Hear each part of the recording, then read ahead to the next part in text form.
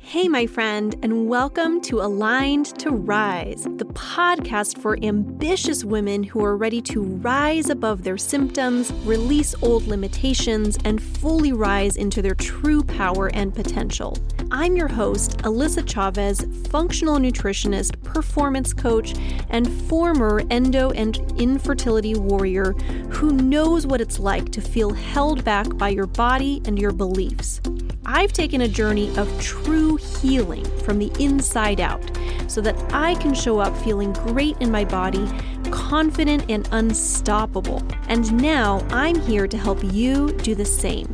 Through a blend of functional nutrition and deep mindset work, this show will empower you to reclaim your vitality, trust your intuition, and live unapologetically in your purpose. If you're ready to align your body, mind, and spirit so you can rise to your highest potential, you're in the right place.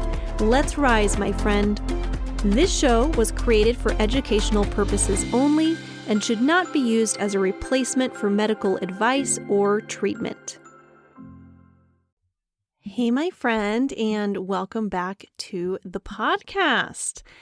So, today's episode is going to be definitely a very personal and rather vulnerable share, but something that I really wanted to share with all of you. It's something I've gotten questions about over the last few weeks or so, and so I just figured I needed to record an episode on this topic. So I did want to give fair warning that this episode I will be talking about infertility. I will be talking about pregnancy loss as well. So if that's something that is feeling a little sensitive to you, something you're not really ready to hear at this point in time, please feel free to take care of yourself as you need.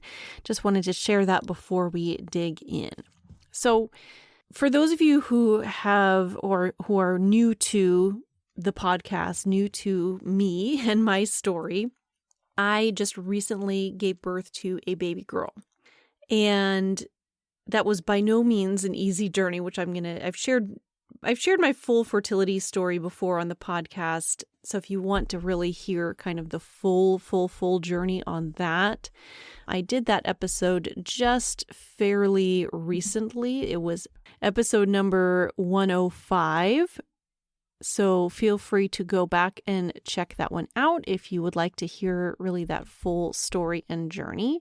But today I'm going to really be sharing more about the next part of my journey, becoming a mom after all of that, after that 9-year-long journey. So my baby girl, her name is Evalina Grace Chavez, was born on March 26th, which at this point in time, at the time that I'm recording this, was about 4 weeks ago. And one moment that was just particularly potent for me and for my husband, Jose, as well, is that moment of driving home from the hospital. It was just so surreal, us putting the car seat in the car and having this itty bitty little tiny beautiful human in the car with us on the way home. We both just looked at each other and just got teary-eyed and emotional. It was just such, I know that truly every life on earth is such a miracle and is beautiful and precious, but after you've had the journey that we've had, it really just takes it to a whole other level, because it took 9 years to get to where we are. I mean, we got married in 2017.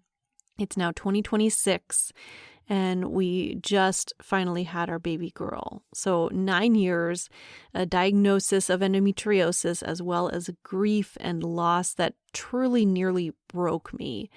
And now a birth that has put it all into perspective to get to this moment where we are now. So what I wanted to do today is share all of that with you and just what has shifted and changed for me, what it's been like to navigate enjoying this beautiful life after everything, after the grief and loss, and kind of navigating the crazy mix of emotions going on.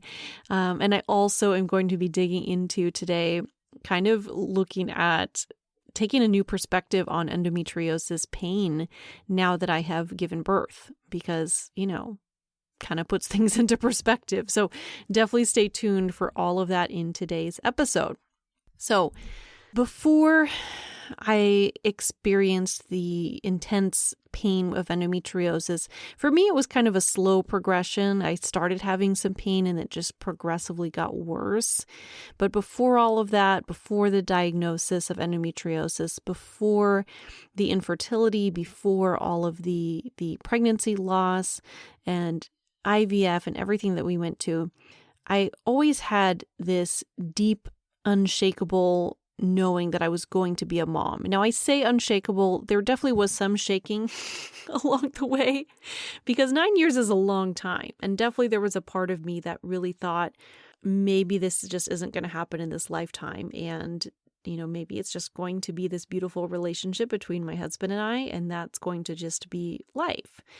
But somewhere along the way, you know how there are times when you just have that inner sense of knowing where you just know that something is going to happen. You know that something is coming. You know that you're meant to be somewhere or do something. And there's really nobody who can convince you otherwise. It was one of those for me. So I just had this download at one point in time that just said, you're going to be a mom. And I never knew that it was going to be this hard to get to where I am now, but there was this little voice in the back of my head that just always knew that. Now, one thing that I talk about a lot on my endo journey / fertility journey is the whole idea that I'm not broken. It's really become a core principle for me and my practice and everything that I do, because I think so many of you can relate to this. I felt broken for so long, right? Between being in so much pain, feeling like my body was falling apart, having all these crazy symptoms coming up, feeling like I just had no control over anything, not being able to get pregnant, not being able to sustain a healthy pregnancy. All of that led me to this feeling of just, I'm broken. I don't work right. And so the phrase, I'm not broken, has really become a huge part of my story and my journey. But it didn't start that way, because truly when I was in the thick of all of that, I didn't really have that feeling of I'm not broken. It was more this feeling of just knowing that it was going to happen. And then the other part of it came later, after I had been through a lot of the ups and downs along the way. So I wanted to start by just talking a little bit about endo in general, kind of my experience with that. So I know I've shared about this before on the podcast. I'm not going to go super, super in depth today, but this is definitely going to relate back later in this episode. So I think it's important to touch base on. I was first diagnosed with endo, back in 2019, I believe, when I went to go see a fertility doctor. And I had some symptoms in the years leading up to that as well, but just didn't know what was causing it, what it was.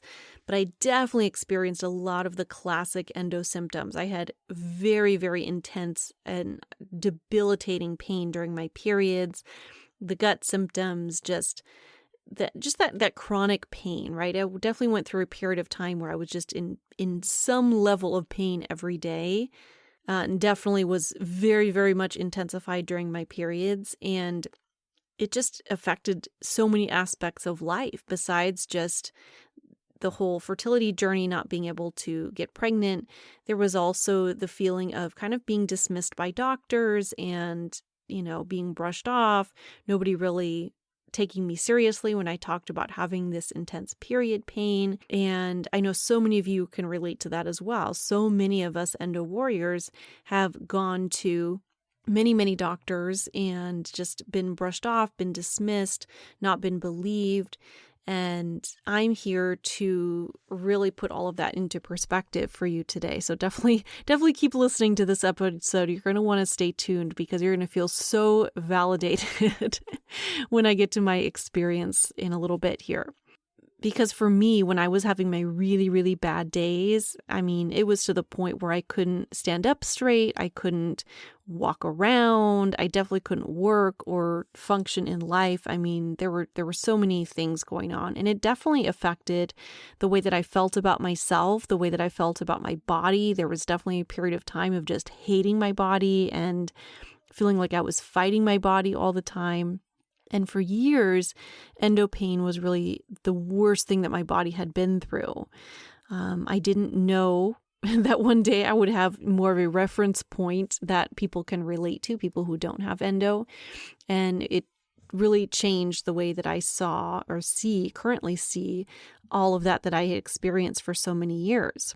Now, for those of you who are maybe new to the podcast, haven't heard my story before, I was able to get to the point of having completely pain-free periods, or at the very least, mostly pain-free, kind of depending on the month, which is honestly relatively normal to have like a little bit of mild cramping. I definitely had some periods that were completely pain-free, and that was a combination of, I did have an endo excision surgery back in 2022, I believe. And along with that, both before and after the surgery and continuing to this day, I have done a lot of work through functional nutrition, which is the work that I do to help other people now as well, where I did a lot of changes to my diet, really tailoring it to me and my unique needs. So I don't really follow a specific diet plan, but it's about getting my body what it needs, and doing a lot of work through functional testing, getting to the root cause of my symptoms, and just learning to really tune in and listen to my body, working on making lifestyle changes slowly but surely, doing some gut healing work, doing some support for my hormones. I mean, you name it, I've done it. There's quite a long list of things I've done to support my body. So I have experienced that super, super intense pain, and I have since been able to experience completely pain-free periods. And that is going to be an important point as we continue to go through this episode here today. So one thing that I wanted to share about that definitely is super relevant to this story. So I've had this 9-year-long fertility journey, but one of the things that was really core to my fertility journey that really just rocked me to my core was back in 2020. My husband and I, this was already several years into our fertility journey, which started in 2017. So about 3 years into our fertility journey, we ended up deciding to do IVF because we thought by this point, if we haven't gotten pregnant naturally, we're probably going to need to bring in the big guns, so to speak, and do IVF. So we ended up doing 2 rounds and unfortunately had a miscarriage after that second round. The first round was unsuccessful, which was devastating in and of itself. And then the second round was successful, but then unfortunately we had that miscarriage, which that was really my rock bottom, my tipping point, my breaking point, so to speak. There was this feeling of just hopelessness and grief and loss, losing hope and faith in my body and my health and everything. So it wasn't just about losing a pregnancy, although that's hard enough as it is, but it was the sense of just losing hope, losing my sense of self, losing this sense of safety in my body, faith in my own body, faith in myself. There were so many things that so many cracks in the foundation, so to speak, that honestly really led me to where I am today. It was that rock bottom of losing that pregnancy that I so desperately wanted that led me to where I am now. And it was a long road back, right? That was back in 2020 when I had that really low point. We're now in 2026 as I'm recording this episode. And so that road was long. It wasn't necessarily a linear road. There were a lot of ups and downs. That healing didn't happen overnight. And there was that pathway of learning and accepting that I'm not broken, right? It wasn't something I believed right away. It was something I really had to fight to come back to. I had to start to shift the beliefs about myself and my own body in order to come back to where I am today. And so if you're in that place right now of just feeling broken, feeling low, feeling defeated, losing that faith, losing your hope, losing your identity, losing your sense of safety, I just want you to know that you're not alone in that. And most importantly, that there is a pathway back to, hope and light and getting your body back into a place of health, right? Because at the end of the day, this beautiful pregnancy was completely spontaneous. I was able to conceive naturally after all those years, after being told by so many doctors that that wasn't going to be possible, after so many months and years of negative pregnancy tests, and all the ups and downs that came along with that. I did end up being able to conceive naturally. And I know I've talked on the podcast before about that journey and what that looked like and what's led me to where I am today. So I'm not going to go into super detail on that because there's other pieces that I want to talk to. But one just key piece that I wanted to bring in today is just that I didn't know at the time when I was going through that, when I was in that low point, after that miscarriage, I didn't know that it was possible to hold grief and hope at the same time. I didn't know how to hold both of those at the same time. But somehow I learned to do that. Because at the end of the day, if you're on a fertility journey or have ever been on a fertility journey, you know what that grief feels like. And it's such a unique form of grief because I feel like when you lose somebody in your life, right? A parent or a sibling or a close friend or some loved one, people can relate to that so much more easily because most people, more and more so the older you get in life, have lost somebody dear to them and they can understand that. Now, miscarriage is quite common, so there are many, many women who can connect with that, absolutely. But it's such a fascinating form of grief because at the end of the day, even though many other women can connect with the grief that you're experiencing, it's still unique to you. And it's very unique in the sense that nobody else knew that individual. Nobody else knew that loved one who you lost. And so it's hard for it to be tangible for other people is kind of what I've learned. But for you as the mother, and yes, you are a mother if you've experienced that in any way because you've experienced the love, right? There is no grief without love. And that's why we feel it so deeply. Gosh, I'm starting to get emotional all over again just talking about it here. But that's okay. That's why we're here, to have these raw, honest conversations, right? But we feel that grief so deeply because really from that moment of conception, however that may happen, you feel that bond, that connection with that tiny person, right? Even though they haven't even joined us in the world yet. I've heard it said that as a woman, when you conceive, that your baby's cells actually live inside of your body and stay there they become a part of you forever and always, which I think is so beautiful and also explains why we feel this connection so very deeply. And this is why I'm now feeling so many things as I am starting this journey into parenthood, right? Because it's so fascinating to really navigate both this love, this incredible deep love for this tiny new human who I can actually hear crying downstairs right now. Her grandma is taking care of her, but my heart is wanting to go and just snuggle her right now, which I will do very shortly as soon as I finish recording this. But gosh, it's just such a fascinating thing to hold both things at the same time, to hold this incredible deep love for this tiny human being, but also all of those years of grief and loss are still there. And, that doesn't just go away. It's not like you can replace one pregnancy with another. So Anyway, that was a little long-winded in there, but I think that's all just so important to say. And I just felt a need to validate what I know so many of you are experiencing. So it's been a very long and emotional journey, but I wanted to kind of fast forward now to the actual birth and bringing baby home and just these first few weeks of navigating new motherhood in a rather unique way, right? So I'm not going to go super in depth into my birth story, but just to give you kind of a brief overview, I had actually planned to have a home birth. And honestly, it was going really well at first.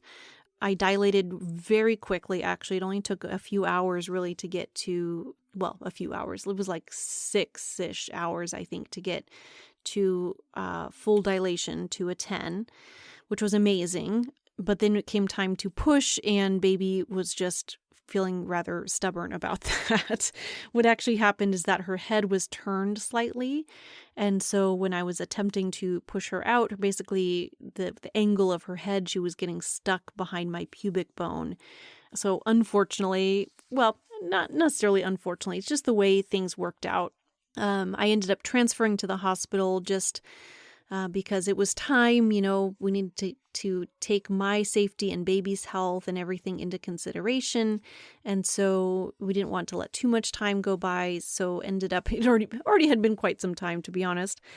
I pushed for a very long time at home before we transferred and ended up having to do a vacuum extraction, which I didn't love, but that baby just needed to come out and she wasn't going to come out just with me pushing. So that was ended up being the best option for us. Was it ideal? No, but that's just how things worked out. However, I was still able to have a natural vaginal birth and was able to do it without any medication. So I was able to really feel every part of labor along the way, every contraction. I was able to feel going through transition and then the pushing phase and the feeling of actually pushing my baby out of my body. And so I was able to kind of sit back and reflect afterwards. I was like, wow, that was quite an experience. It ended up being a grand total of about 22 hours before I actually gave birth. And so through all of that experience, I did a lot of preparation work and did my best to navigate the birth as best I could, as far as just using my breath and keeping myself relaxed as best I could. My husband was the most incredible coach, as was my midwife, who I just absolutely adore. And I realized, as I kind of was able to step back and reflect, that I was able to compare, like, okay, I know that having endo was really painful, but how did that really compare to having an unmedicated birth? So I'm here, my friend, today to give you the grand conclusion of that, because I know this is a question I've had people ask me already. So first of all, I would say that absolutely endo was equally, if not, I would say that honestly, my experience with endo was more intensely painful than giving birth. They're very different though, right? Because when you're in labor, the contractions come and go, you have breaks in between. And honestly, to me, it felt more like pressure than pain. Not that it wasn't painful. It was, especially the actual pushing a human out of my body part. It's not comfortable by any means. But I knew that it had a purpose. I knew that it had an end. I knew what was happening in my body. Whereas with endo, sometimes it was just pain going on and on and on and on and on, and not really getting any sort of relief in any way. And so it's very different. But honestly, it's right up there. And that just gave me so much perspective on endo because, so many of us are just told, gosh, well, it's just a bad period. It's just cramps. But if I can make that comparison now to like, hey, I have actually given birth unmedicated and I know what that feels like. And I now can actually compare my endo pain to that. And I can say that my pain was that bad. My pain was right up there with childbirth, if not worse than childbirth on my worst days. And what that taught me really is that I was never weak. I was never dramatic. I was never broken. I was a woman with serious, real, unacknowledged pain. And I survived every single day of it. And I'm so much stronger for it. And I just thought that was so important to share with all of you today, because I know so many of you are going through that pain and having people just not really listen to you. So I'm here to validate your experience and just let you know that yes, endo pain is right up there with the pain of natural childbirth. So there you go. There's some validation for you. Take that with you and run with it. As somebody who can now speak from personal experience on that matter. And now, after that experience, then I gave birth to this teeny tiny little human, my daughter. I can't believe I'm even saying that. I still get choked up a little bit saying the word daughter, saying that I'm a mother. But gosh, it's been such an emotionally complex few weeks of my life. Just this journey has been hitting me in waves of just elation and joy and just awe and gratitude over this beautiful baby girl I get to hold in my arms.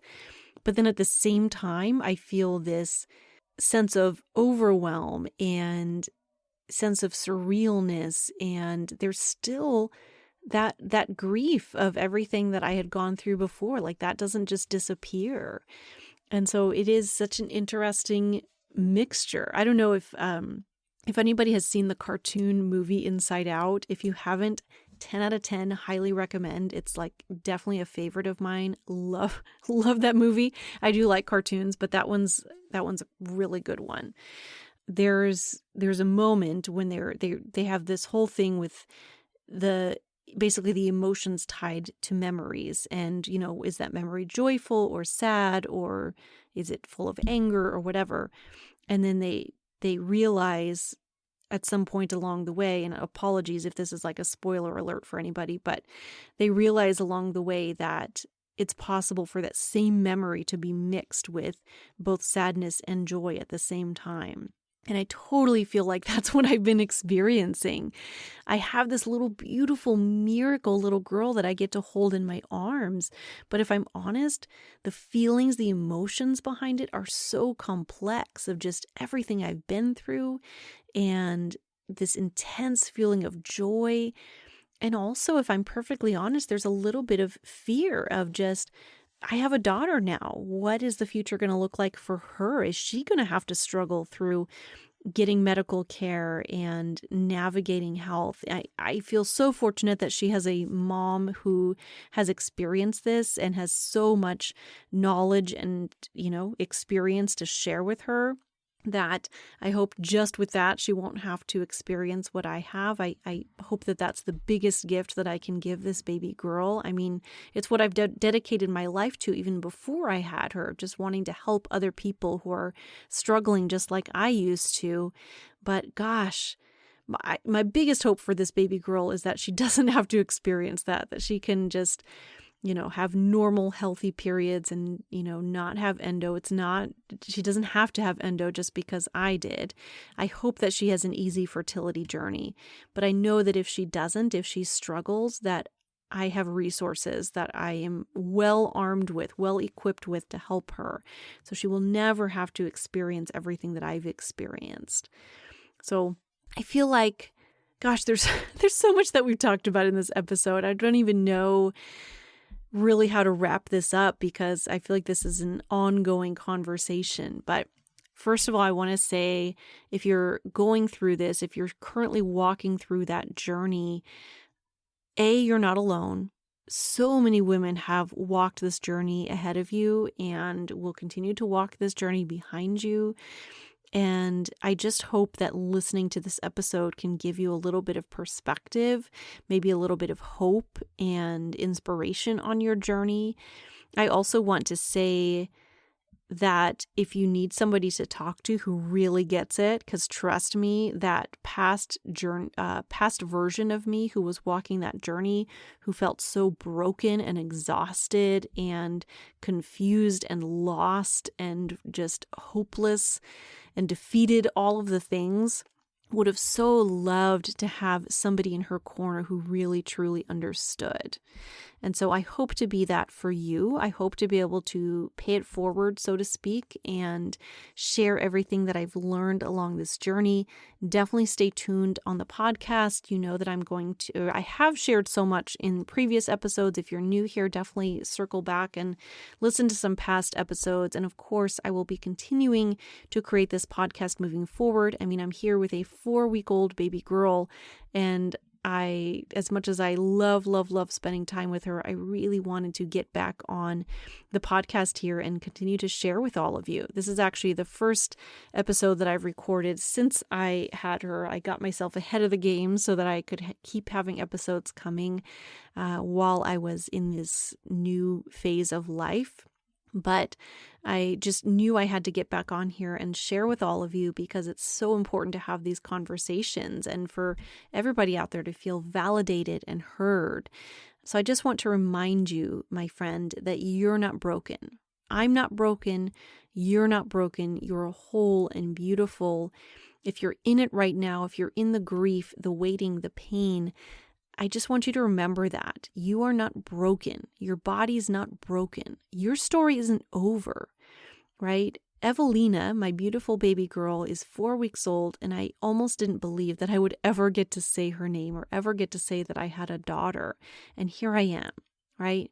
So keep on going, my friend. Keep the faith. Feel free to reach out. Come and even find me on Instagram. You can find me at aligned.to.rise. Shoot me a message. Let me know what your journey's been like. Let me know where you've been, what road you've walked along the way. I would so love to hear from you and get to know a little bit about your journey and hopefully give you a little faith and inspiration as well. So, all right, my friend. I am going to go get back to my baby girl and give her a little snuggle while she's still teeny tiny.